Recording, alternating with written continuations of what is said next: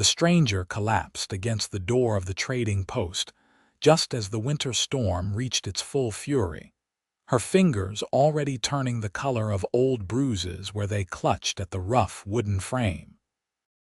Carson Xavier looked up from the ledger he had been studying, his pen suspended in mid-air as the door burst open, and the woman stumbled inside, bringing with her a gust of wind so cold it seemed to freeze the very air in the room. Snow clung to her dark hair and eyelashes, and her lips had taken on a frightening blue tint that made Carson leap from his chair without conscious thought. "Jesus," he breathed, catching her before she hit the floor. She was lighter than he expected, all bones and determination beneath the layers of frost-covered clothing.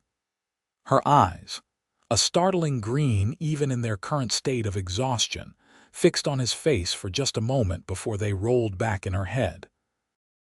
Carson kicked the door shut against the howling wind and carried the woman to the stone fireplace that dominated the back wall of the trading post. The fire had burned low while he worked on the accounts, but he quickly stoked it back to roaring life, adding 2 thick logs that would burn hot and long. He had seen frostbite before, had watched men lose fingers and toes to the merciless cold of the California mountains in winter. The year was 1878, and Eureka had just endured its 3rd blizzard of the season. Most sensible folks stayed indoors during weather like this, which made him wonder what desperation had driven this woman out into the storm.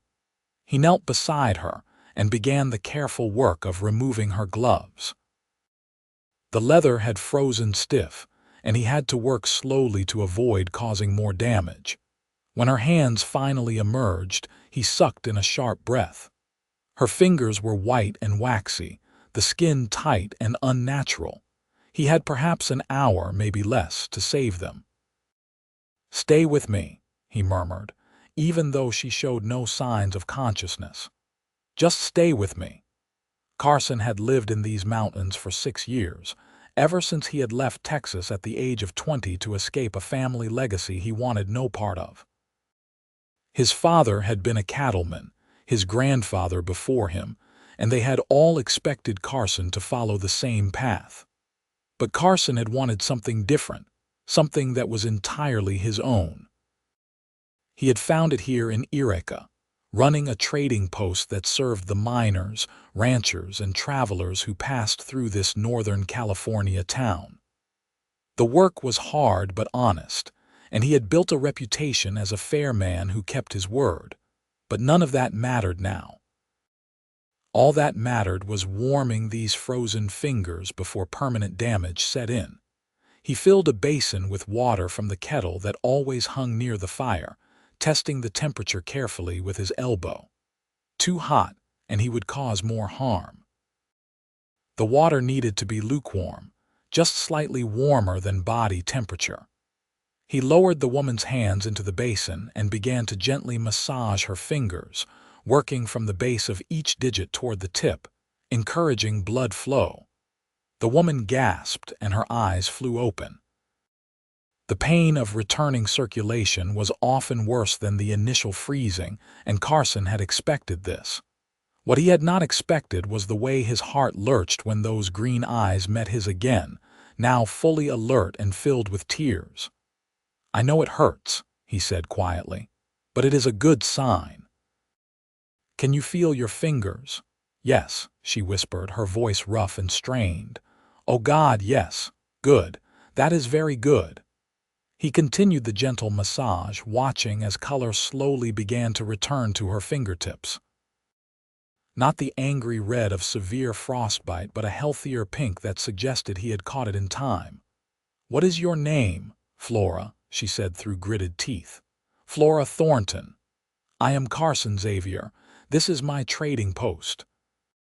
He glanced up at her face, taking in the fine bone structure beneath the pallor. She was beautiful in a way that seemed almost out of place in this rough mountain town, with delicate features that spoke of education and refinement. "What in God's name were you doing out in that storm?"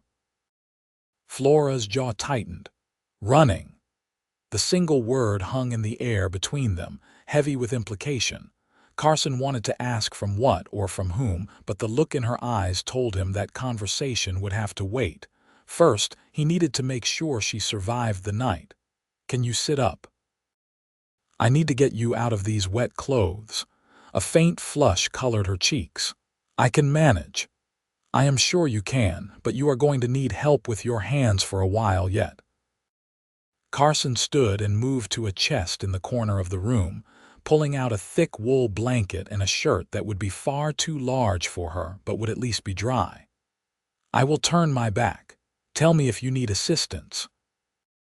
He heard the rustle of fabric behind him, punctuated by small gasps of pain as she tried to manipulate buttons and laces with fingers that were still recovering. After a few minutes of stubborn silence, she finally spoke. I cannot unfasten the buttons on my dress. Carson turned slowly, keeping his eyes fixed on her face. She had managed to remove her coat and outer layers, but her dress, a practical gray wool that had seen better days, remained stubbornly buttoned up the back. He moved behind her and began working the small buttons through their holes, trying not to notice the graceful curve of her neck or the way she trembled slightly under his touch. You are safe here, he said quietly. Whatever you are running from, it cannot reach you tonight. The storm will see to that. Flora let out a shaky breath. Tonight? Yes. He finished with the buttons and stepped away quickly, turning his back once more while she changed into his shirt. When she told him it was safe to look, he found her wrapped in the blanket with the shirt hanging almost to her knees. She looked impossibly young and vulnerable, and Carson felt something protective unfurl in his chest. Are you hungry? Starving, she admitted. I have not eaten since yesterday morning. Carson moved to the small kitchen area at the back of the trading post. He lived above the store in 2 simple rooms, but he kept basic supplies down here for long days when he could not be bothered to climb the stairs. He assembled a plate of bread, cheese, and dried venison, then heated some coffee over the fire.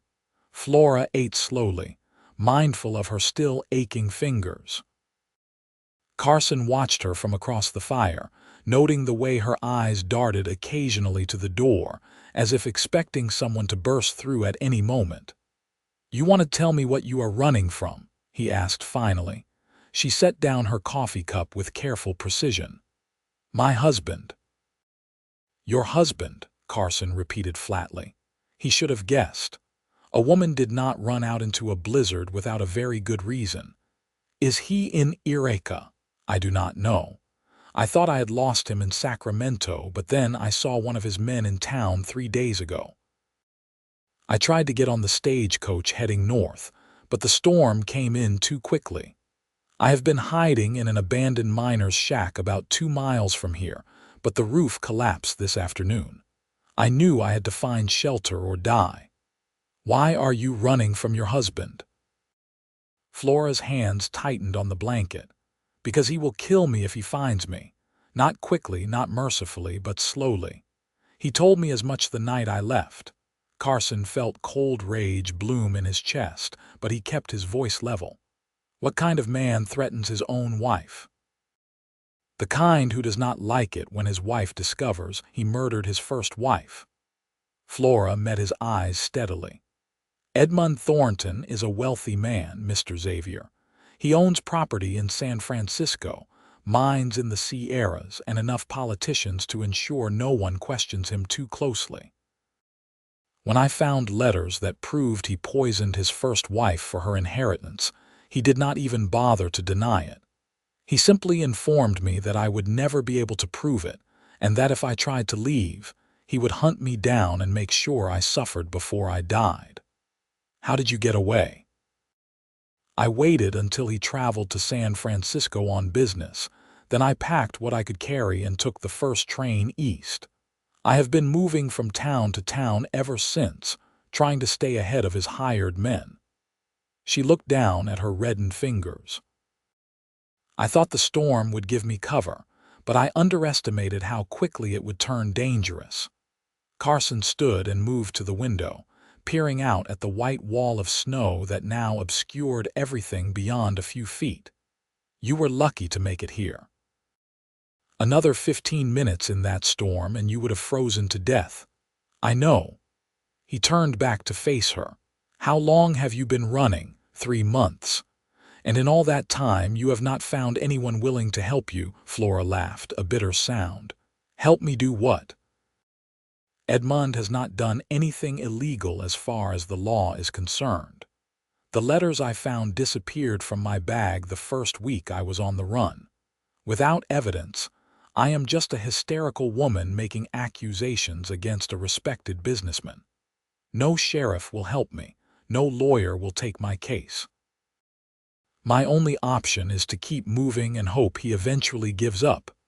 Men like that do not give up, Carson said quietly. I know that too. They sat in silence for a while, listening to the wind howl outside.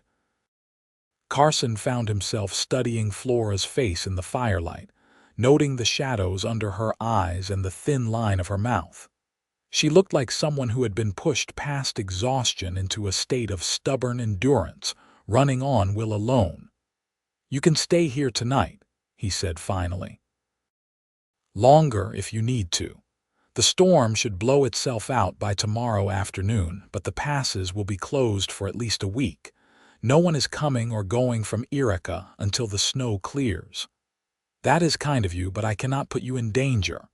I think I can handle myself.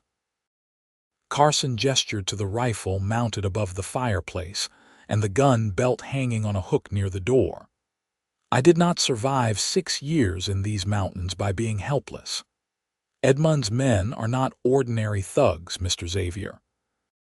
They are professionals, and they will not hesitate to kill anyone who gets in their way.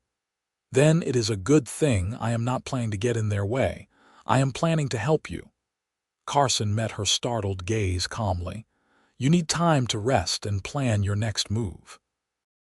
The storm has bought you that time. Use it.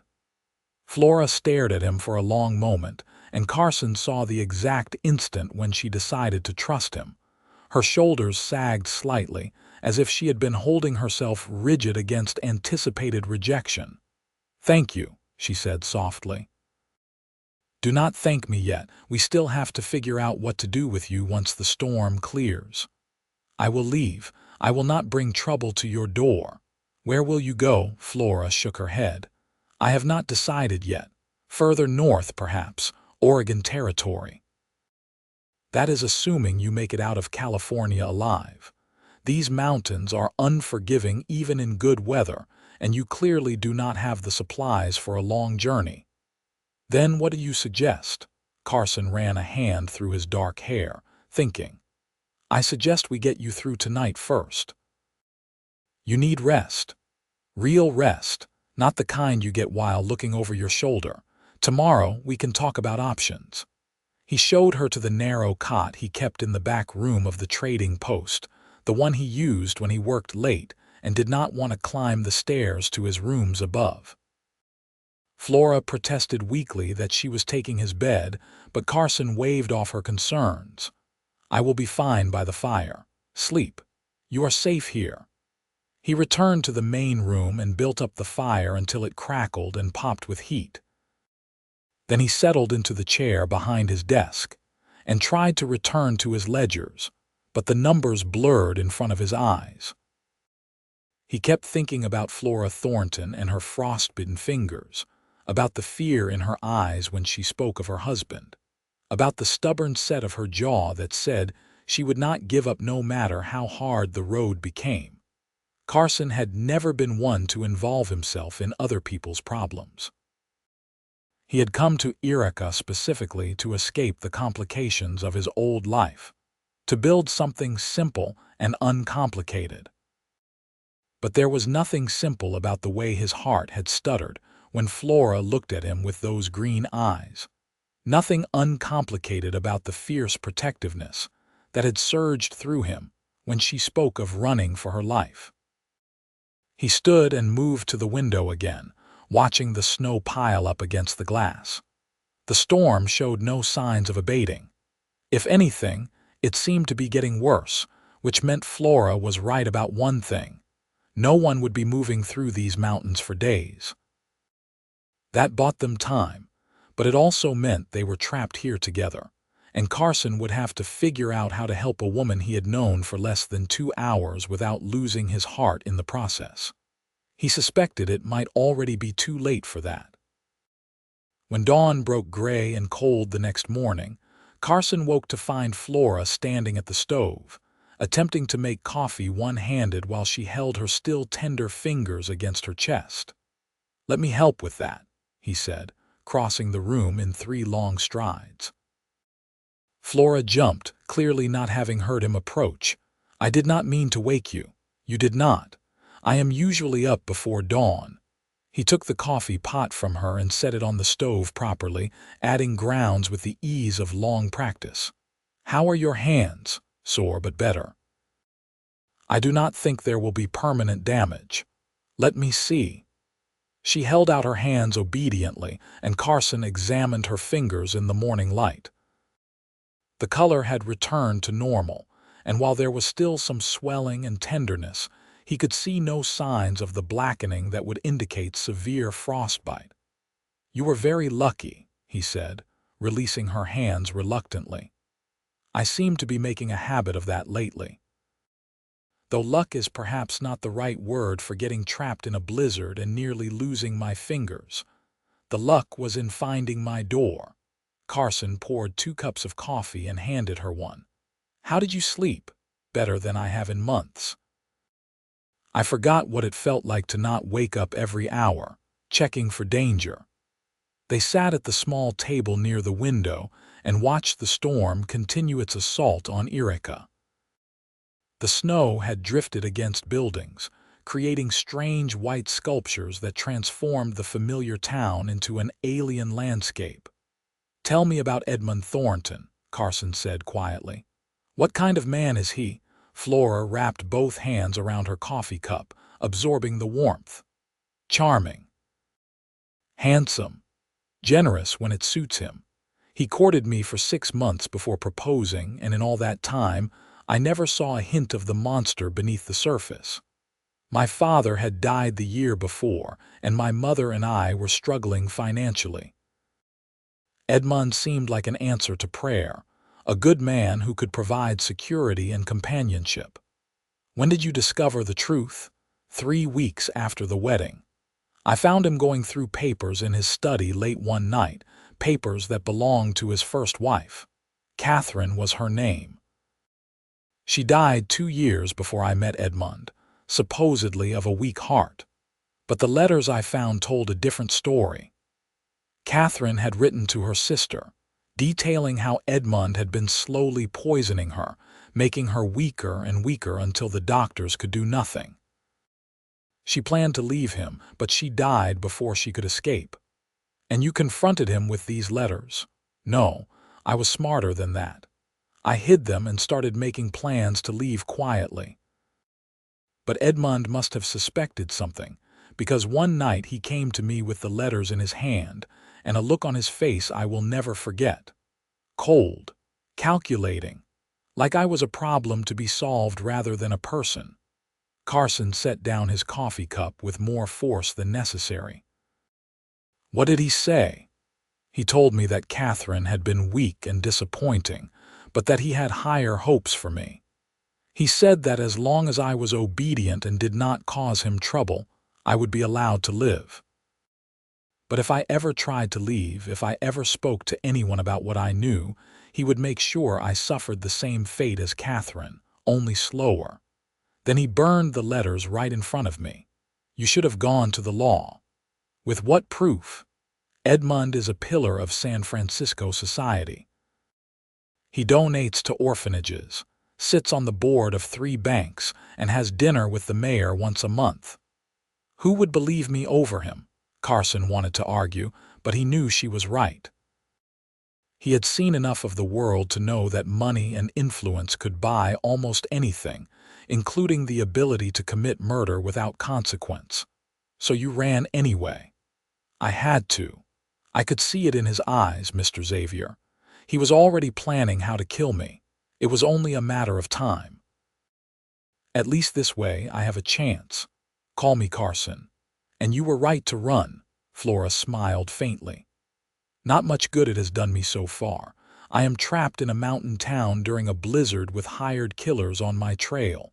If this is my grand escape, it is not going as well as I had hoped. You are alive. That counts for something. For now. They fell silent, watching the snow. Carson found himself acutely aware of Flora's presence, of the way the morning light caught in her dark hair and the determined set of her chin, even as she discussed her own possible death. She was remarkable, he realized. Not just beautiful, though she certainly was that, but strong in a way that had nothing to do with physical power and everything to do with an unbreakable core of will. "What about you?" Flora asked suddenly. "What brings a man like you to Eureka?" "What kind of man do you think I am? Educated. Well-spoken. You have calluses on your hands, but they are not the calluses of a miner or a ranch hand. You chose this life deliberately, which means you were running from something too." Carson raised an eyebrow. "Very observant." "I have learned to read people quickly. It is a survival skill." "Fair enough." Carson refilled his coffee cup, considering how much to tell her. "I come from a ranching family in Texas. Very traditional, very set in their ways. My father expected me to take over the family business, marry a suitable woman and produce suitable heirs. I had other ideas about what I wanted from life. So you left." "I left. Came to California during the last of the gold rush, though I never had much interest in mining. I worked various jobs until I had enough money to buy this trading post. It suits me. I answer to no one but myself, and I can live life on my own terms." "Do you ever regret it?" Carson thought about the question seriously. "Sometimes I miss my younger sisters. But no, I do not regret leaving. The life my father wanted for me would have been a slow death of the spirit. This, hard as it sometimes is, feels real." "I understand that," Flora said softly. "Edmund wanted me to be an ornament, beautiful, silent, obedient. The idea that I might have thoughts or desires of my own offended him on some fundamental level. Even before I discovered what he had done to Catherine, I felt like I was suffocating in that house. What would you do if you could do anything? If Edmund was not a threat and you were truly free?" Flora's expression turned wistful. "I used to teach. Before my father died, I ran a small school for girls in Sacramento. I loved it, helping young women learn to think for themselves and imagine lives beyond what society prescribed for them. If I could do anything, I would do that again. Open a school, teach, make a difference in whatever small way I could. That is a good dream. It is an impossible dream as long as Edmund is looking for me." Carson leaned back in his chair, an idea beginning to form in his mind. "Maybe not as impossible as you think." Flora gave him a skeptical look. "What are you suggesting?" "I am suggesting that running forever is not a solution. Eventually, you will run out of places to hide, or Edmund's men will get lucky. You need to disappear completely, become someone new." "I have thought of that, but I do not have the resources. Creating a new identity requires money and connections, neither of which I possess." "But I do." Carson saw her eyes widen and continued quickly. "I have friends in Oregon Territory, people who owe me favors. With the right paperwork and a new name, you could start over up there. Edmund would have no way to track you." "Why would you do this for me? You do not even know me." Carson met her gaze steadily. "Because it is the right thing to do. And because I think you deserve a chance at the life you want, not the one Edmund Thornton tried to force on you." Flora's eyes filled with tears, and she blinked them back furiously. "I cannot ask you to take that risk. You are not asking. I am offering." They stared at each other across the table, and Carson felt something shift between them. some invisible current that had been building since the moment Flora collapsed through his door. He saw his own feelings reflected in her eyes. Surprise, gratitude, and underneath it all, the first stirrings of something deeper. The moment was broken by a loud banging on the door. Carson was on his feet instantly, one hand reaching for the gun on his belt. "Stay back," he told Flora, then moved cautiously to the door. "Who is it, Sheriff Martin?" "Open up, Xavier." Carson relaxed slightly and opened the door, revealing a snow-covered figure on the other side. Sheriff James Martin stomped into the trading post, bringing a swirl of snow with him. "Hell of a storm," the sheriff said, brushing ice from his mustache. "Checking on folks, making sure everyone made it through the night." His eyes landed on Flora, and his expression sharpened with interest. "Did not know you had company." "My cousin," Carson said smoothly, the lie coming easily. "Flora arrived yesterday, just before the storm hit. She is visiting from Sacramento." Flora stood and bobbed a small curtsy, playing along. "Sheriff, I apologize for the informal greeting. I am afraid the storm caught me unprepared." "Lucky you made it to your cousin's place," Martin said, still studying her with an intensity that made Carson uneasy. "We have been looking for someone, actually. Woman about your age, dark hair, traveling alone. Husband is worried sick about her, says she might not be in her right mind, if you understand my meaning." Carson felt Flora go rigid beside him, but to her credit, her expression remained pleasantly neutral. "How terrible," she said. "But as you can see, I am right where I should be, visiting family." Martin nodded slowly. "Of course. Well, if you happen to see anyone matching that description, you let me know. Husband is offering a substantial reward for her safe return." "Will do, Sheriff," Carson said, moving to usher Martin back toward the door. "Thanks for checking on us." After the sheriff left, Flora sank into a chair, all color drained from her face. "He is here. Edmund is in Eureka. Or he sent his men ahead while he follows behind. Either way, we have a problem. I need to leave as soon as the storm breaks. You will not make it 10 miles before they catch you. The passes will still be dangerous and you are on foot."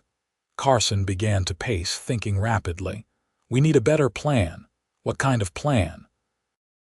"The kind that involves making sure Edmund's men never find Flora Thornton." "I do not understand." Carson stopped pacing and looked at her directly. "Flora Thornton is a woman running from her husband, but my cousin, visiting from Sacramento, is not. As long as you are my cousin, you are safe. Family has a reason to be here, a reason to stay. Edmund's men are looking for a woman alone, not a woman with family to vouch for her. That will only work for so long. Eventually, someone will realize I am not actually your cousin. Then we make it more permanent." Carson took a deep breath, hardly believing what he was about to suggest. "Marry me." Flora's mouth fell open. "What? Marry me?"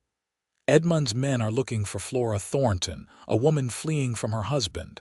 They are not looking for Flora Xavier, the wife of a trading post owner in Eureka.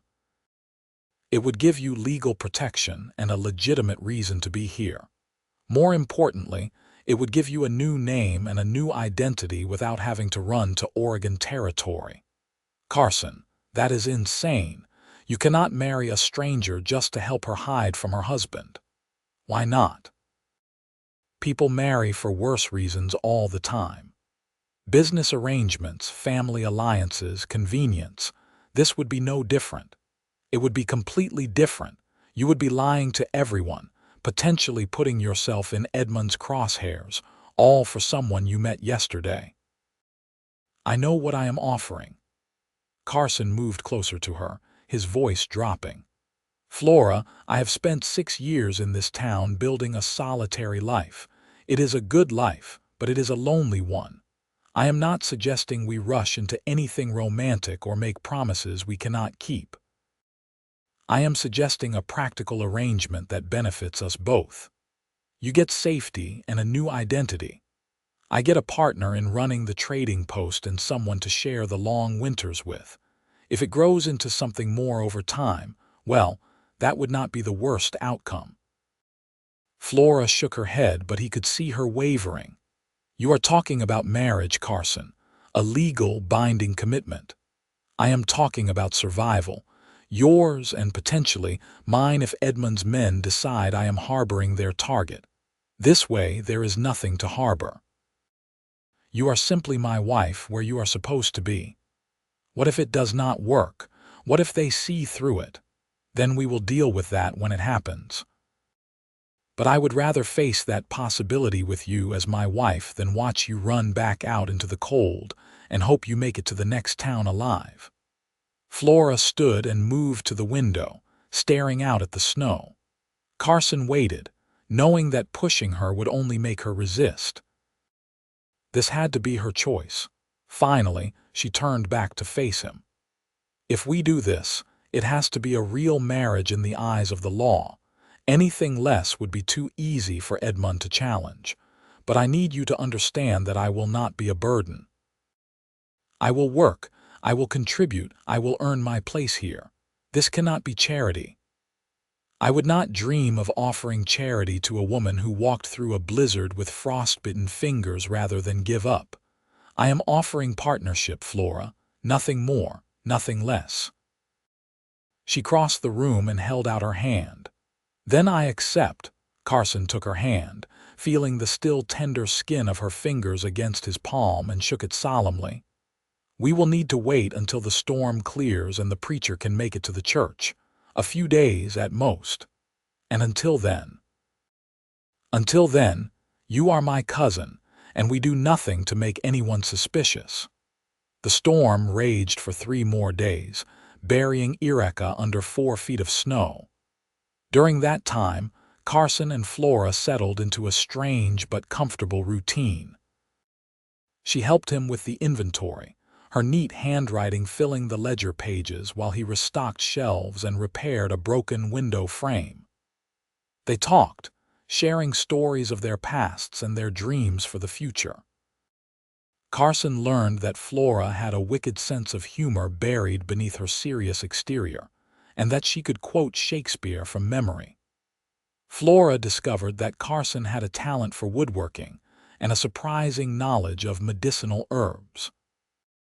They were careful to maintain propriety, Flora sleeping in the back room while Carson took the cot by the fire.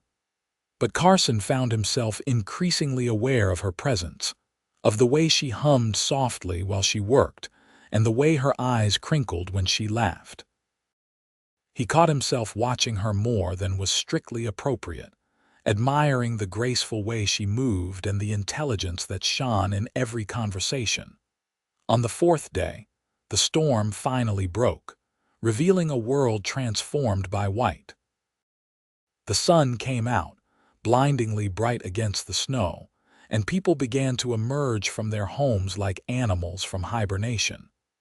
Carson took the opportunity to visit Reverend Phillips, the circuit preacher who served Eureka and the surrounding mining camps. "You want to get married?" Phillips said, his bushy eyebrows rising toward his hairline. "You, Carson Xavier, who has turned down every matchmaking attempt in the past 6 years. Times change. People change. And who is this mysterious woman who has finally caught your attention? Her name is Flora. She came to visit and, well, we realized we had feelings for each other. No point in waiting once you know what you want." Phillips studied him for a long moment, then nodded. "All right. If you are sure about this, I can perform the ceremony tomorrow afternoon. I will need both of you to come by this evening to discuss the marriage vows and make sure you both understand the commitment you are making." "We understand, Reverend. Believe me, we understand." That evening, Carson and Flora walked through the snow-packed streets to the small church at the edge of town.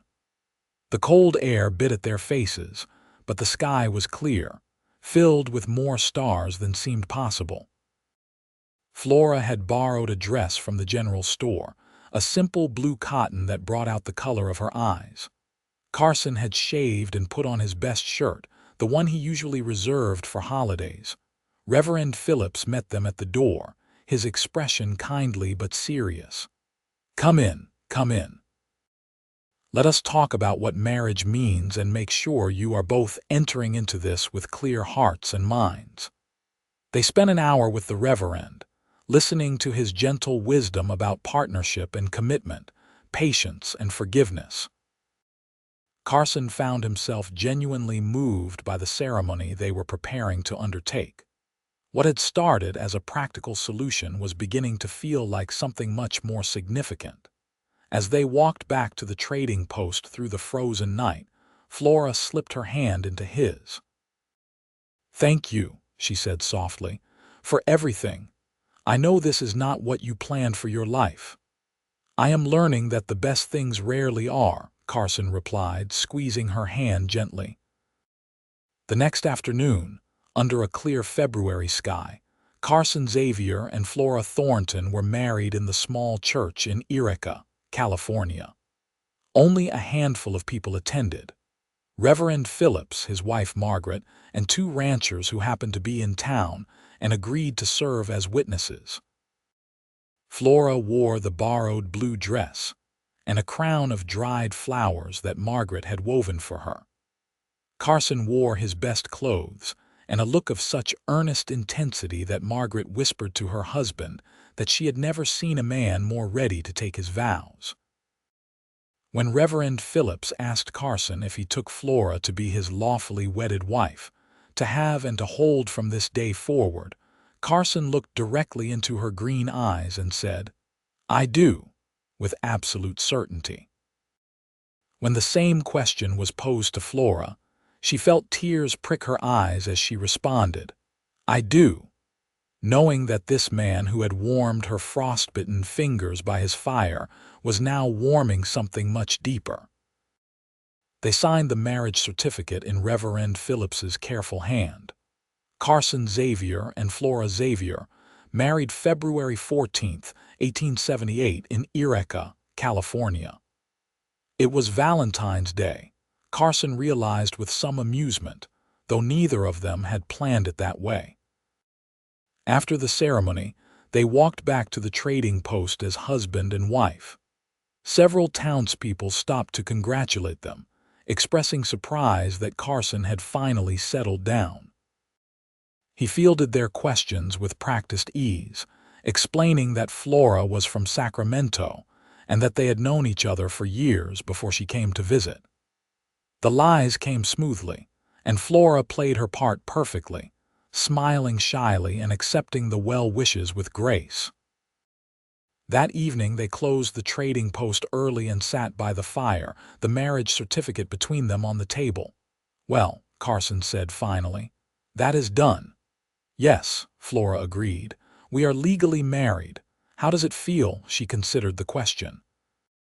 "Safer than I have felt in months, and strange, and right somehow, which is the strangest part of all," Carson nodded.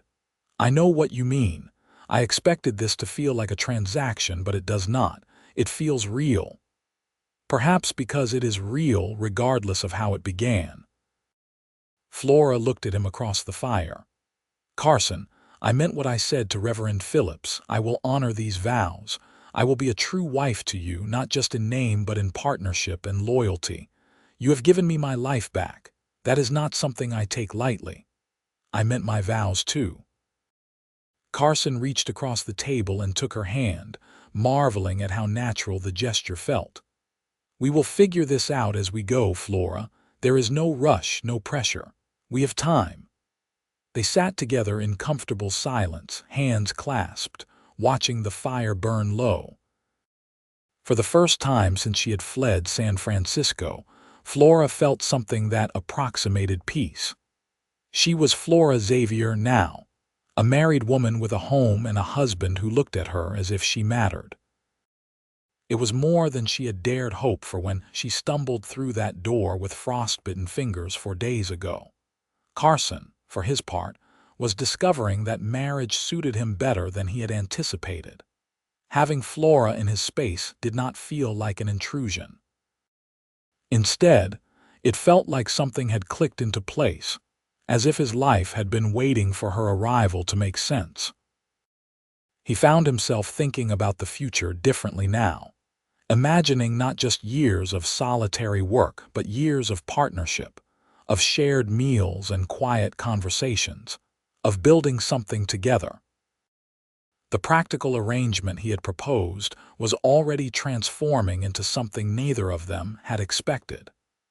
The seeds of genuine affection had been planted, and in the warmth of the trading post, they were beginning to grow. 2 days after the wedding, Edmund Thornton's man came to the trading post.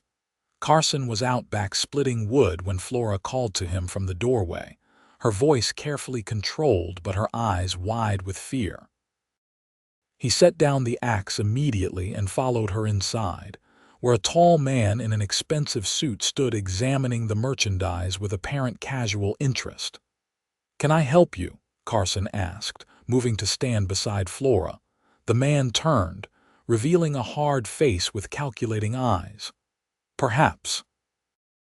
I am looking for someone, a woman.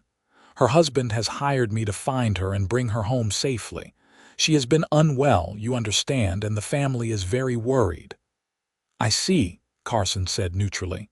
"What does this woman look like?" Dark hair, green eyes, slender build. "She would have arrived in town within the last week or two, probably traveling alone." The man's gaze slid to Flora, who was restocking shelves with studied concentration. "Your wife seems to match the description." "My wife has been with me for years," Carson said coolly.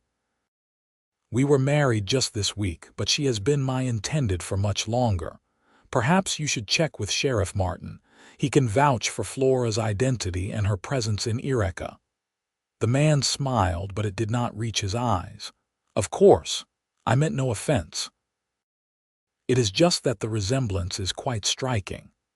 Lots of women have dark hair and green eyes. If you do not need anything else, I have work to do." Carson escorted the man to the door firmly but politely, then watched through the window as he walked down the street toward the sheriff's office. His hands clenched into fists at his sides. "He knows," Flora whispered behind him, "or at least he suspects." "Maybe, but suspicion is not proof, and we have the law on our side now. You are Flora Xavier, my legal wife. The marriage certificate is on file at the church and with the county clerk. Edmund's man would need to prove you are actually Flora Thornton, and that is going to be difficult when everyone in town knows you as my wife. He could force the issue. Edmund has lawyers, influence, and I have the truth, or at least a version of it that serves us both. You are my wife. That is all anyone needs to know." Carson spent the next few hours making a point of being seen around town with Flora, introducing her to his friends and business associates, establishing their relationship publicly. They had lunch at the boarding house, where Flora charmed Mrs. Henderson with her knowledge of poetry. They visited the general store, where Flora selected fabric for new dresses and chatted with the store owner about patterns and styles.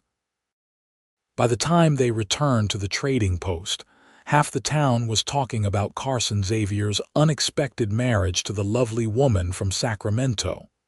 That evening, Sheriff Martin stopped by. "Interesting visit I had today," he said, accepting the coffee Carson offered. "Fellow from San Francisco asking questions about a missing woman. Seems to think Flora here might be her." "And what did you tell him?" Carson asked calmly. "Told him what I know to be true. That Flora Xavier is your wife, that she has been visiting on and off for the better part of a year, and that she is exactly where she is supposed to be." Martin took a sip of coffee. "I also told him that if her husband has concerns about a woman who happens to look like his missing wife, he is welcome to present his case to a judge. But as far as I am concerned, you are a married woman living with your lawful husband." Flora let out a breath she had not realized she was holding. "Thank you, Sheriff. Just doing my job. Marriage is a sacred institution, and I do not take kindly to people trying to interfere in it without proper cause." Martin stood to leave, then paused at the door.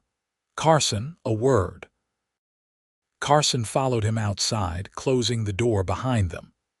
"I am not a fool," Martin said quietly. "I know Flora is the woman that fellow was looking for. I also know that no woman runs unless she has a damn good reason. Whatever her story is, I am on her side, but you need to be careful. Men like that do not give up easily, and if this goes bad, it could go very bad indeed. I know the risks. Do you? Because marrying a woman to protect her from a dangerous husband is noble and all, but it also makes you a target. If things get ugly, you could end up dead."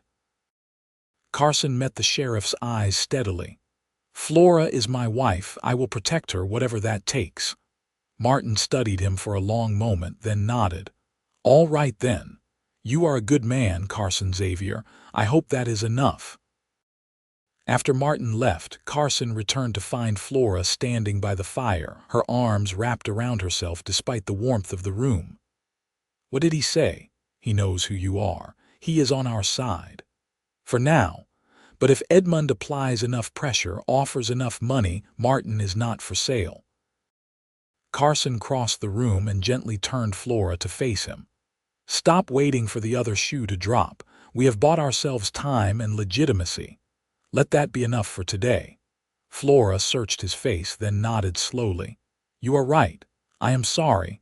I am not used to having someone in my corner." "Well, you do now. Better get used to it." A small smile tugged at her lips. "I will do my best." That night, as they prepared for bed in their separate spaces, Carson found himself thinking about the man who had come to the trading post. There had been something in his eyes, a cold professionalism that suggested he was very good at his job. Men like that did not give up just because their target had married someone. If anything, it would make them more determined. Carson checked the locks on all the doors and windows, then loaded his rifle and placed it within easy reach. He was a peaceful man by nature, but he had learned to shoot during his years in Texas, and he would not hesitate to defend his home and his wife if it came to that. In the back room, Flora lay awake, staring at the ceiling. She kept thinking about the moment when Edmund's man had looked at her, the flash of recognition in his eyes. He had known, even if he could not prove it. She was safer than she had been running from town to town, but she was not truly safe. Not yet. She thought about Carson, about the way he had stood beside her today, solid and unwavering. She had not expected to develop feelings for him so quickly. The marriage was supposed to be practical, a means of survival. But somewhere in the past week, between warming her frostbitten fingers and speaking wedding vows, something had shifted. She found herself caring about this quiet, thoughtful man who had given her everything without asking for anything in return. It was dangerous, letting herself feel this way.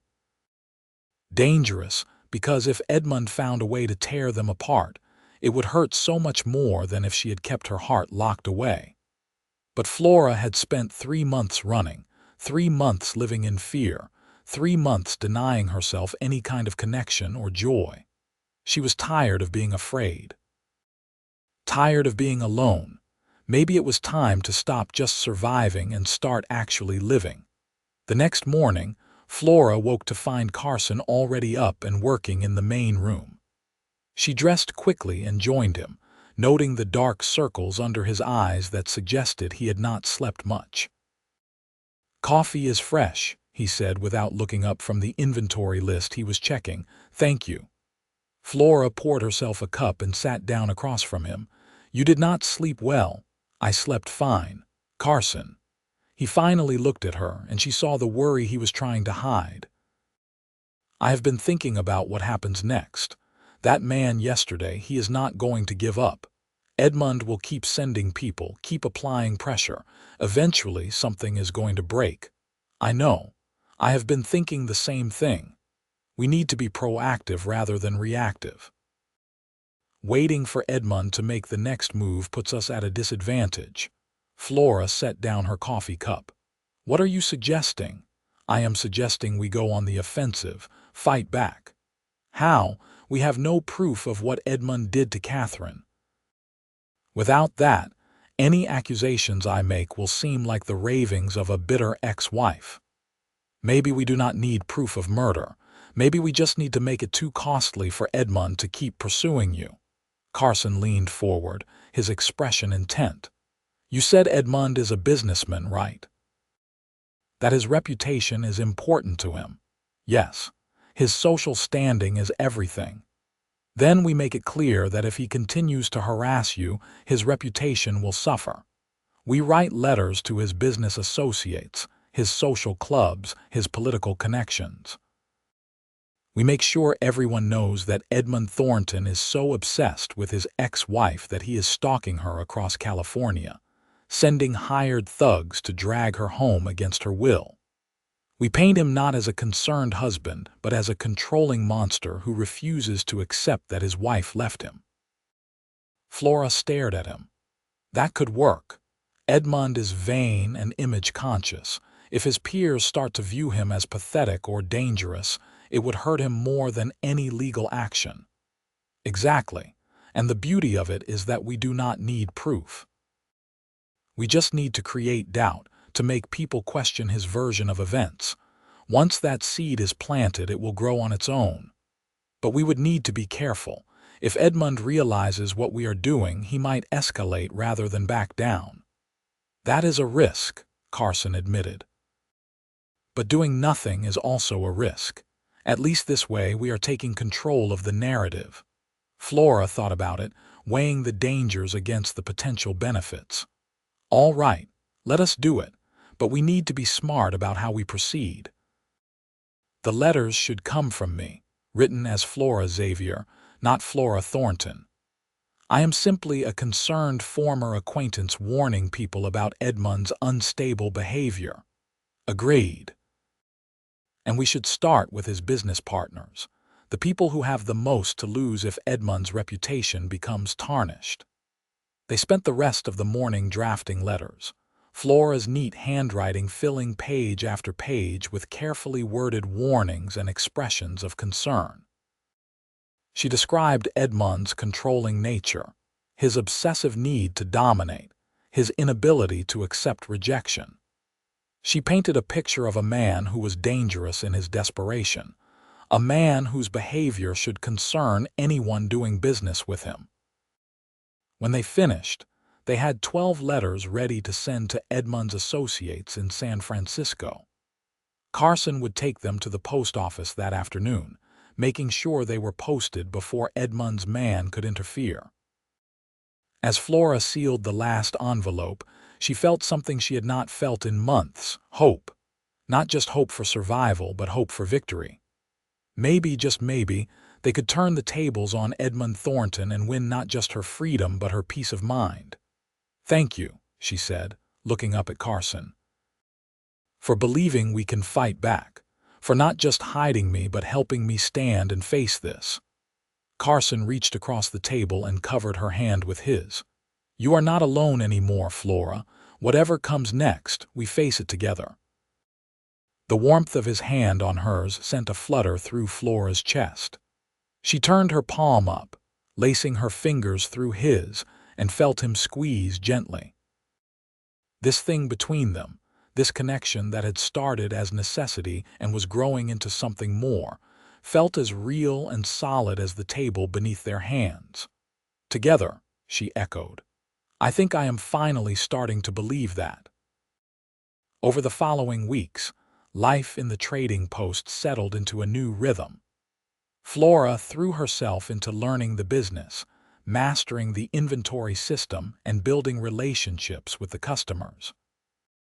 She had a natural way with people, Carson noticed, able to put even the most taciturn miner at ease with her warm smile and genuine interest in their stories.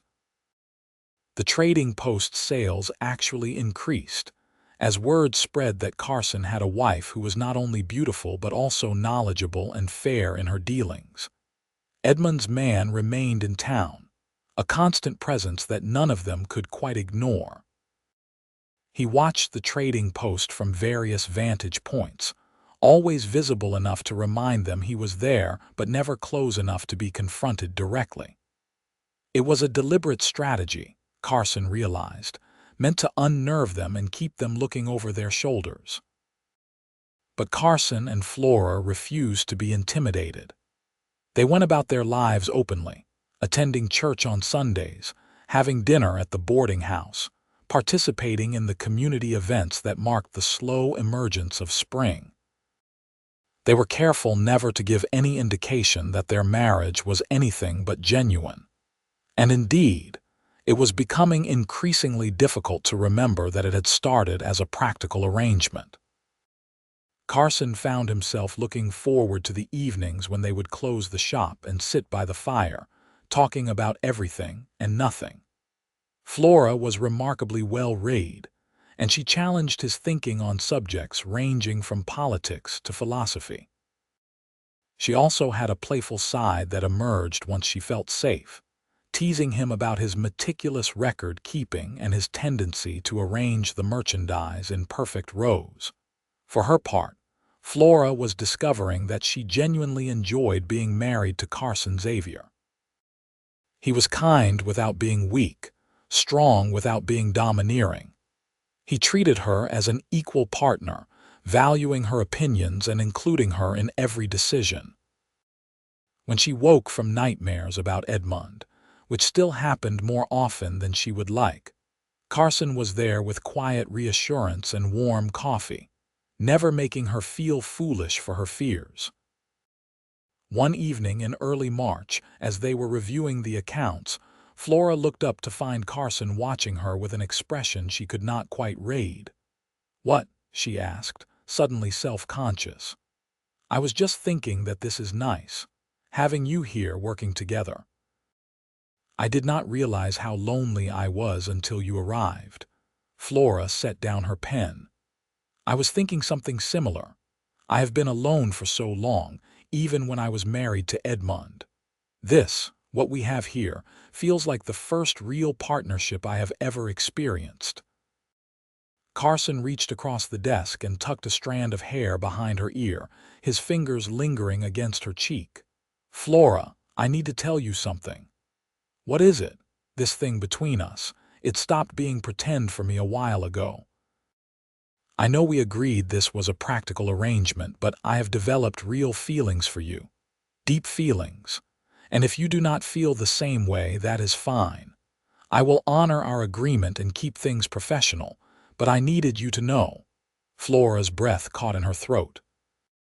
"Carson, you do not have to say anything right now. I just wanted to be honest with you." "No, wait." Flora stood and moved around the desk, stopping directly in front of him.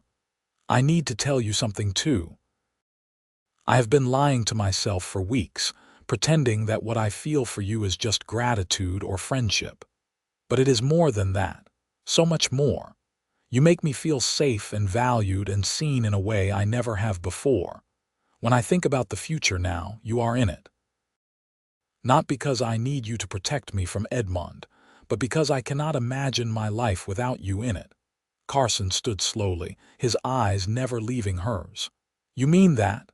"Every word." He cupped her face in his hands, giving her time to pull away if she wanted to.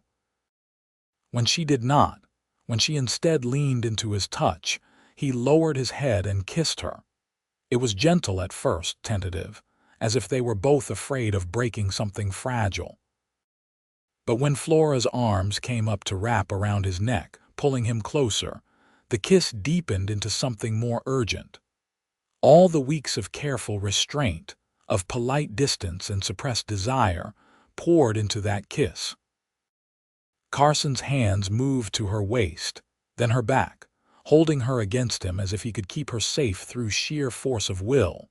When they finally pulled apart, both breathing hard, Carson rested his forehead against hers. "I should have asked permission before doing that." Flora laughed, a sound of pure joy. "Consider permission granted, retroactively and for all future occasions." All future occasions. I like the sound of that." They stood there for a long moment, wrapped in each other's arms, savoring the shift from marriage of convenience to something real and true. Flora felt as if a weight she had been carrying had finally lifted. She had spent so long running, so long afraid, that she had forgotten what it felt like to simply be happy. "We should probably discuss what this means," Carson said eventually. "For us, for our living arrangements." Flora pulled back slightly to look at him. "What do you want it to mean?" "I want it to mean that we stop sleeping in separate rooms. I want it to mean that this marriage becomes real in every sense of the word, but only if that is what you want too." "It is what I want," Flora said softly. "I want to be your wife in truth, not just on paper. I want to build a life with you, Carson Xavier. A real life." Carson smiled, and Flora thought she had never seen anything quite so beautiful as the joy on his face. "Then that is what we will do." That night, Flora moved her few belongings from the back room to Carson's quarters above the trading post. The space was simple but comfortable, with a large bed covered in a quilt that Carson's sister had made years ago, a sturdy dresser, and a small table by the window that overlooked the main street of Eureka. They were both nervous, Flora realized, as they prepared for bed. For all that they had been married for weeks, this felt like the true beginning of their life together. But the nervousness faded as Carson took her hand and led her to the bed, kissing her with a tenderness that made her eyes sting with tears. "We do not have to rush anything," he murmured against her hair. "We have all the time in the world." "I know. But I am tired of waiting for my life to start, Carson. I want this. I want you." What followed was sweet and unhurried, a discovery of each other that felt both new and inevitable. Carson was gentle, attuned to her responses, making sure she felt safe and cherished. Flora let go of the fear and trauma that had defined the past months, allowing herself to be fully present in the moment. When they finally lay tangled together in the darkness, she felt a completeness she had never experienced before. "I love you," she whispered into the quiet room. "I did not expect to, but I do." Carson tightened his arms around her. "I love you too. From the moment you collapsed through my door with frostbitten fingers, I think some part of me knew you were meant to be here. Meant to be yours. Meant to be mine," he agreed. They fell asleep wrapped around each other, and for the first time in longer than she could remember, Flora slept without nightmares. The next morning brought an unexpected development. Sheriff Martin appeared at the trading post just as Carson was opening for business, his expression grim. "We have a problem," he said without preamble. "Edmund Thornton himself arrived in town last night. He is staying at the hotel and he is demanding I arrest Flora for theft." Carson felt his blood run cold. "Theft of what?" "Jewelry, apparently. Claims she stole several valuable pieces when she left him. Says he has documentation proving the items belonged to his first wife and were meant to remain in the family." "That is ridiculous," Flora said, appearing from the back room. "I took nothing from Edmund except the clothes on my back. I left everything behind specifically to avoid accusations like this." "I believe you," Martin said, "but Edmund is a wealthy man with lawyers and connections. He has warrants, paperwork, all signed by a judge in San Francisco. I am under pressure to at least bring you in for questioning." "Absolutely not," Carson said flatly. "Flora is not going anywhere near Edmund Thornton. I do not like it any more than you do, but I have to follow the law. The best I can do is delay. Tell Edmund you are unavailable for questioning right now, that you will come in tomorrow. That gives us time to figure out our next move." After Martin left, Carson and Flora stood in tense silence. "This is it," Flora said quietly. "This is Edmund making his move. He could not prove I was Flora Thornton, so now he is creating a legal reason to force me to reveal my identity." We will fight it. We will get a lawyer with what money? And what lawyer in this town is going to stand up to Edmund Thornton and his San Francisco legal team? Carson grabbed her shoulders, forcing her to look at him. We are not giving up. We have come too far for that. Maybe I should just run again. Leave tonight, head for Oregon territory like we originally planned. At least that way you would be safe. I am not letting you run. Not anymore. Carson's jaw set in a stubborn line. We are going to face this together, remember. Whatever comes next, we face it as husband and wife. Flora felt tears slide down her cheeks. I am so tired of running, Carson, but I am more afraid of what Edmund will do to you if I stay. He is ruthless. If he cannot get to me, he will destroy you instead. Let him try. Carson pulled her into his arms. I am not the helpless cowboy Edmund probably thinks I am.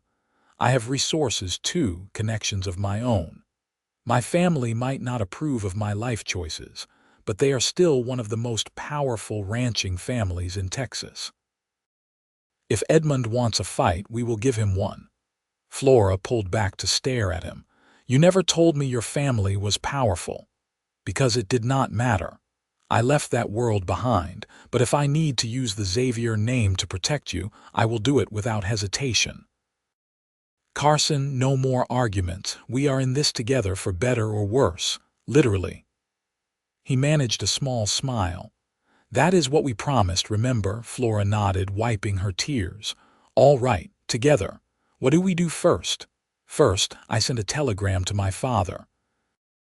Much as I hate to ask him for help, he has lawyers who specialize in exactly this kind of fight. Second, we document everything.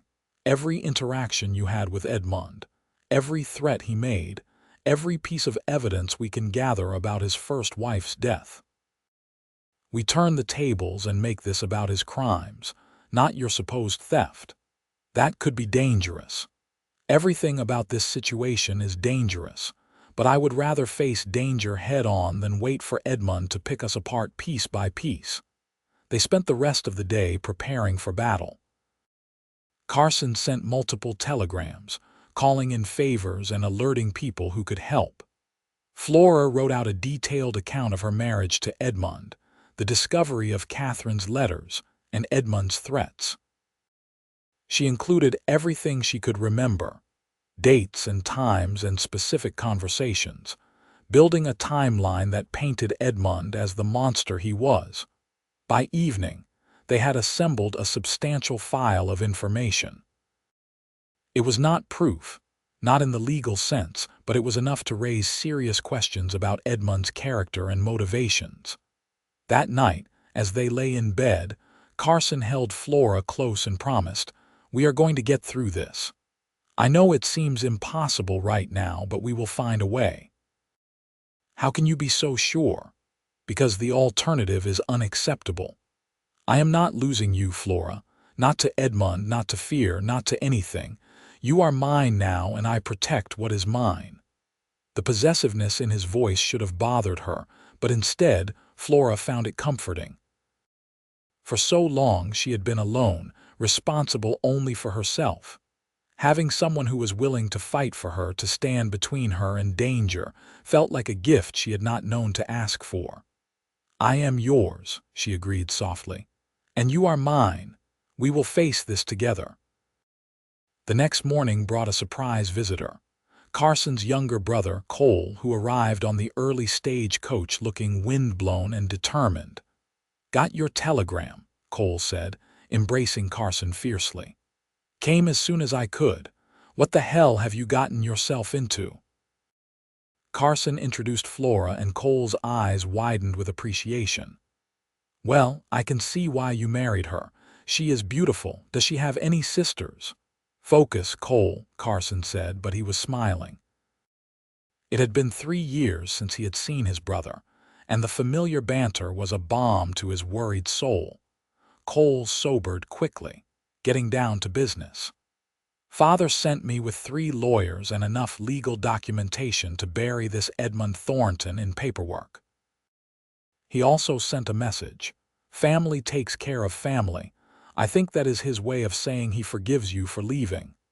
Carson felt something tight in his chest loosen. He sent lawyers and money and connections and a stern warning to anyone who tries to mess with Xavier. Apparently, Father has contacts in San Francisco who are very interested to learn that Edmund Thornton might have murdered his first wife. There is going to be an investigation, official and very public. Flora's hand flew to her mouth. "How did your father manage that?" The Xavier family has a long reach and a longer memory. Father called in about 20 years' worth of favors, and now Edmund Thornton is going to find himself under a very bright spotlight. Cole grinned. It helps that Catherine's family was well connected too. Once they learned there might be evidence of foul play in her death, they demanded action. The San Francisco police had no choice but to open an investigation. "This is incredible," Flora said, looking between the two brothers. "But what about the theft charges? Already handled?" "The lawyers Father sent have filed a countersuit, accusing Edmund of filing false charges with intent to harass. They have also filed for a restraining order preventing Edmund from contacting either of you directly or through intermediaries. By the time all the legal dust settles, Edmund is going to be too busy defending himself to worry about you." Carson pulled his brother into another embrace. "Thank you. Tell Father I said thank you too. Tell him yourself. He is expecting you to visit once this mess is sorted out. Bring Flora. Mother is dying to meet the woman who finally got you to settle down." The rest of the day passed in a blur of legal activity. Cole's lawyers met with Sheriff Martin, presented their documentation, and effectively shut down Edmund's theft accusations. The lawyers also met with Reverend Phillips and several prominent citizens of Eureka, gathering affidavits about Flora's character and her marriage to Carson. By evening, word had spread through town that the Xavier family of Texas was backing Carson and Flora, and that Edmund Thornton was under investigation for murder. The tide of public opinion, which had been warily neutral, turned decisively in Flora's favor. Several women who had been coolly polite now stopped by the trading post to express their support, sharing their own stories of controlling husbands and narrow escapes. That night, as they gathered around the fire in the trading post, Cole raised a glass of whiskey. "To family, to justice, and to standing up to bastards who think they can control women through fear." "Here, here," Carson said, clinking his glass against his brother's. Flora raised her own glass, feeling tears of gratitude prick her eyes. "To second chances and finding home in unexpected places." They drank, and Flora felt the last knots of fear in her chest begin to unravel.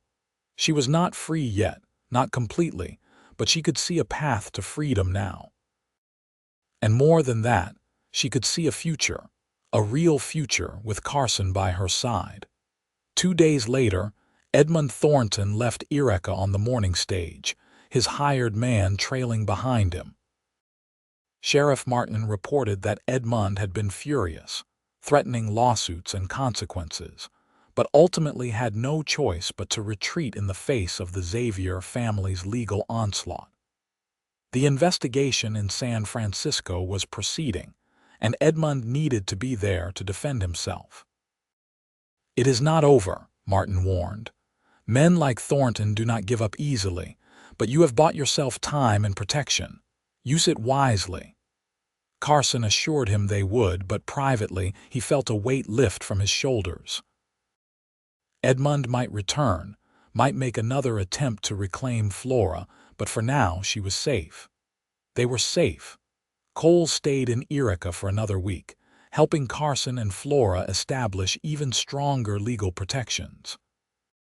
He also got to know his new sister-in-law, and by the time he left, he was genuinely fond of her. "You are good for him," Cole told Flora on his last night in town.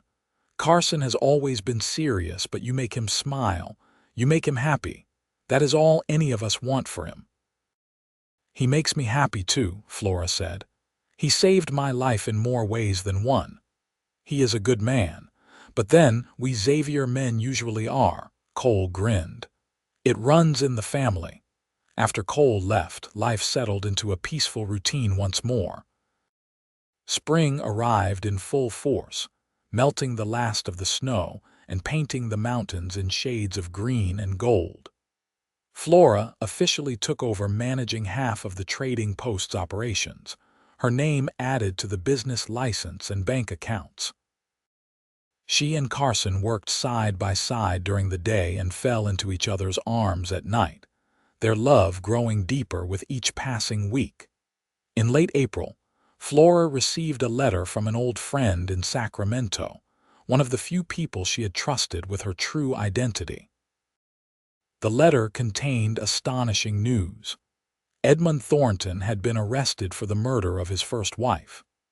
Catherine's family had hired private investigators who uncovered evidence of purchased poison and a series of payments to a doctor willing to falsify cause of death. Edmund was in jail awaiting trial, his reputation in ruins, his business empire crumbling. Flora read the letter aloud to Carson, her hands shaking. "It is really over. Edmund cannot hurt me anymore." Carson pulled her into his arms, holding her as she cried tears of relief and release. "You are free, Flora, truly free. Because of you. Because you warmed my frostbitten fingers by the fire and then warmed my heart. Because you refused to let me keep running. Because you were brave enough to accept help, brave enough to trust me, brave enough to build a new life." They stood together in the afternoon sunlight streaming through the trading post windows, holding each other and marveling at the journey that had brought them to this moment. From desperate stranger to beloved wife, from solitary trader to devoted husband, they had both been transformed by love and courage. Summer arrived, bringing with it longer days and warmer nights.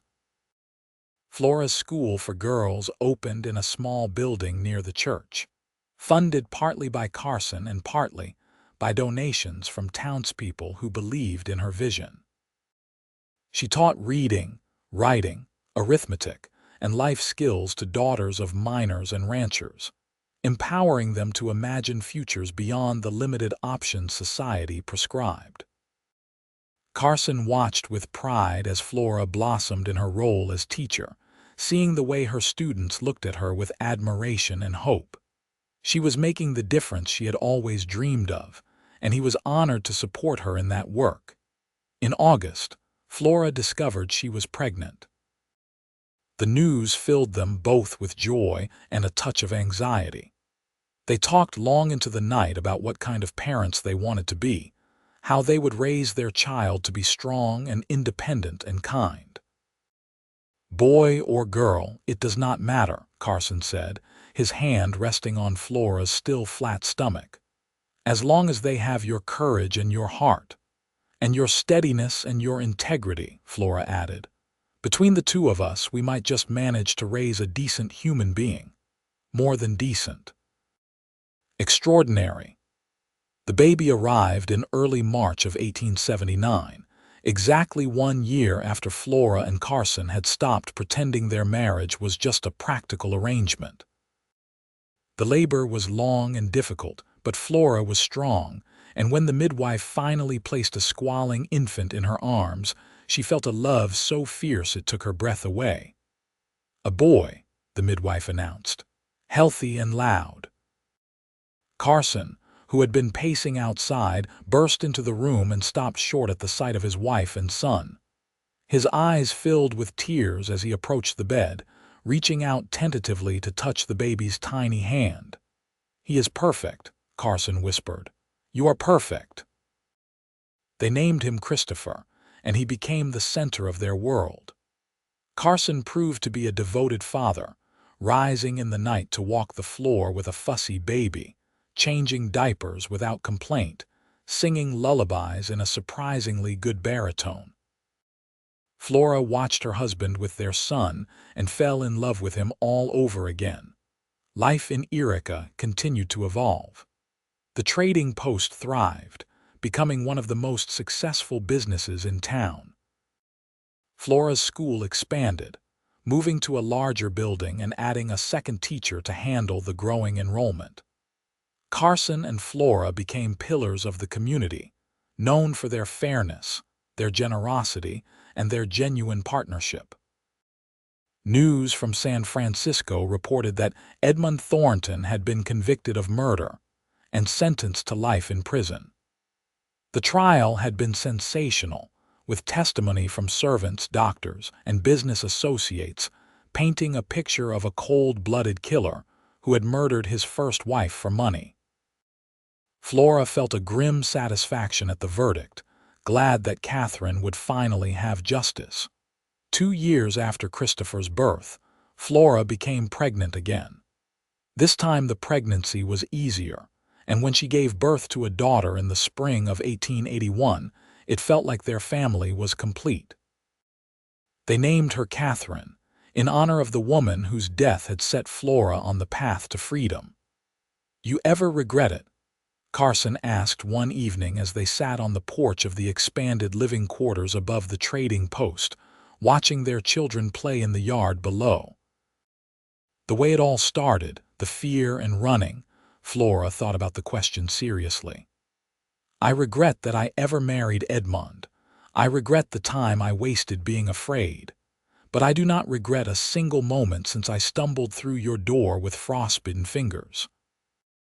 Every hardship, every challenge led me here to you in this life. How could I regret that?" "I used to think I wanted a simple life," Carson said. "Quiet, uncomplicated, solitary. Then you arrived and turned everything upside down, and I discovered that what I really wanted was this: partnership. Love, family, a life that matters. We built something good here, did we not? We built something extraordinary." As the sun set over the California mountains, painting the sky in shades of orange and pink, Flora leaned against Carson's shoulder and watched their children laugh and play. Christopher was teaching his little sister to stack blocks, his patience and kindness, a reflection of the values his parents had instilled in him. Catherine was determined and fearless, already showing signs of the strong will that would serve her well in life. "Tell me the story again," Christopher called up to them. "The story of how you met." It had become a bedtime ritual, the tale of the blizzard and the frostbitten fingers and the cowboy who had warmed them by the fire. Flora and Carson had refined the story over the years, leaving out the darker elements but preserving the essential truth: that sometimes salvation comes in unexpected forms, and that courage and kindness can transform lives. Carson went downstairs to collect the children, swinging Catherine up onto his shoulders while Christopher grabbed his hand. Flora followed, her heart full to bursting with love for this man and these children, for this life they had built together from desperation and determination. That night, after the children were asleep and the trading post was closed and locked, Flora and Carson lay in bed together, hands clasped between them. "You remember the first night?" Flora asked. "When you massaged my frozen fingers and told me I was safe?" "I remember thinking you were the bravest person I had ever met, running into a blizzard rather than give up. I knew in that moment that I wanted to know you, really know you. I thought you were kind and handsome, but mostly kind, which seemed like a miracle after Edmund." Flora turned to face him in the darkness. "You gave me my life back, Carson, not just by protecting me from Edmund, but by showing me what love is supposed to look like. Partnership, respect, trust. I did not know those things were possible in a marriage." "We gave each other everything," Carson corrected. "You taught me that solitude is not the same as peace, that opening your heart is worth the risk. You made me whole, Flora Xavier. And you warmed my frostbitten fingers by the fire and my heart with your love." They kissed, a sweet and tender affirmation of all they had built together. Outside, the California night was clear and calm, the stars brilliant against the dark sky. Inside the trading post, a family slept peacefully, safe and loved and home. Years passed, marked by the changing of seasons and the growth of children. Christopher grew tall and serious, his father's son in temperament and his mother's in intelligence. He eventually took over running the trading post, expanding it into a general store that served not just Eureka, but the surrounding mining camps and ranches. He married a schoolteacher named Elizabeth and gave Carson and Flora 3 grandchildren who filled their later years with joy and chaos. Catherine inherited her mother's passion for education and her father's business sense. She opened her own school in Sacramento, funded by her parents and her brother, and became a fierce advocate for women's education and rights. She never married, declaring that she was wedded to her work, but she lived a rich and fulfilling life surrounded by students who adored her and friends who valued her wisdom. Flora continued teaching until she was nearly 70, finally retiring when her health began to fail.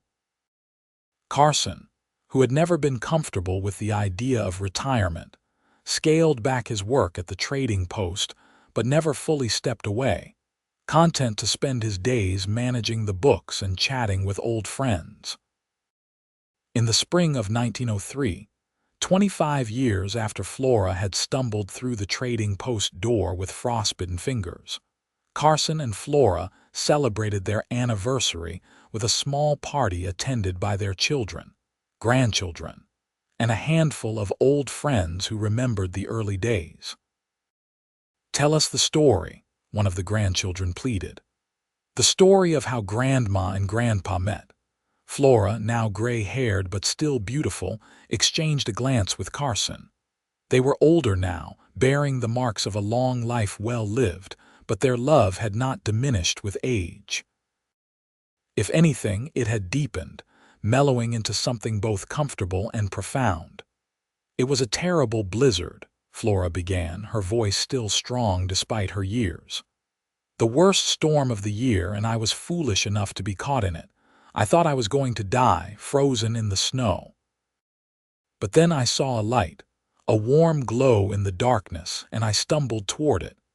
Your grandfather's trading post, his fire, his kindness, they saved my life that night." "Grandpa warmed Grandma's frozen fingers," one of the younger children chimed in, having heard the story many times.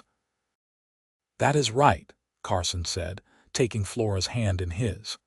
Even now, so many years later, he could remember the feel of her frozen fingers in his hands, the fear that he might not be able to save them. "I warmed her fingers by the fire, and somehow in doing so she warmed my heart. And they fell in love and got married and lived happily ever after," another grandchild finished, satisfied with the familiar ending. "Yes," Flora said softly, meeting Carson's eyes across the table. "We did live happily ever after. Not because life was always easy, not because we never faced challenges or hardships, but because we faced them together, because we chose each other every day, because our love was strong enough to weather any storm. Even blizzards," Carson added with a gentle smile. The party continued into the evening, filled with laughter and love, and the kind of joy that comes from being surrounded by family. When the guests finally departed and the house grew quiet, Carson and Flora sat on their porch, holding hands and watching the stars. "We built a good life," Flora said, echoing the words she had spoken so many years before. "The best life," Carson agreed. "I would not change a single moment. Not even the blizzard, especially not the blizzard. That storm brought you to me. How could I ever regret that?" Flora leaned her head on his shoulder, feeling the steady beat of his heart beneath her cheek. "I love you, Carson Xavier. I have loved you since that first night when you refused to give up on my frostbitten fingers, when you looked at me like I was worth saving. You were worth saving." You are worth everything." Carson pressed a kiss to the top of her head. "I love you too, Flora, today, tomorrow, and for all the years we have left." They sat together in the gathering darkness, two people who had found each other against all odds and built a love that had endured for a quarter-century. The trading post that had witnessed their first meeting still stood behind them, now passed down to their son, but forever marked by the memory of that winter night, when a desperate woman with frostbitten fingers had stumbled into a cowboy's life and changed everything. Inside the house, their grandchildren slept peacefully, dreaming of blizzards and brave grandmothers and cowboys who warmed frozen fingers by the fire. Outside, the California night was clear and calm, the stars shining down on a love story that had begun with frost and fire and had grown into something eternal.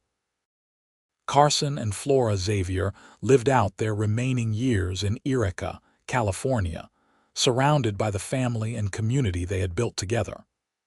When Flora passed away in the winter of 1907, she did so peacefully in her sleep, Carson's hand clasped in hers. Carson followed her 6 months later, dying of what the doctor called a broken heart, but what everyone who knew him understood was simply the completion of a love so deep that neither could exist without the other. They were buried side by side in the Eureka Cemetery, their shared headstone bearing a simple inscription: Carson and Flora Xavier, together in life, together in death. Their love warmed more than just frostbitten fingers. Beneath the inscription was carved an image of a fire, flames reaching upward, a reminder of the night their story had begun. The trading post remained in the Xavier family for 3 generations, eventually becoming a landmark in Eureka's history. Tourists would visit and hear the story of the woman who arrived during a blizzard and the cowboy who saved her, of how their practical marriage had transformed into a legendary love, of how they had built a life and a family that had enriched an entire community. Flora's school continued operating until the 1950s, educating hundreds of women and instilling in them the same values Flora had championed: independence, critical thinking, and the courage to forge their own paths. Several of her students went on to become teachers themselves, carrying forward Flora's legacy of empowerment and education.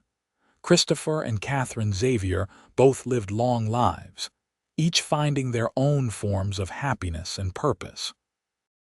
They passed down the story of their parents to their own children, ensuring that the tale of courage and love would not be forgotten.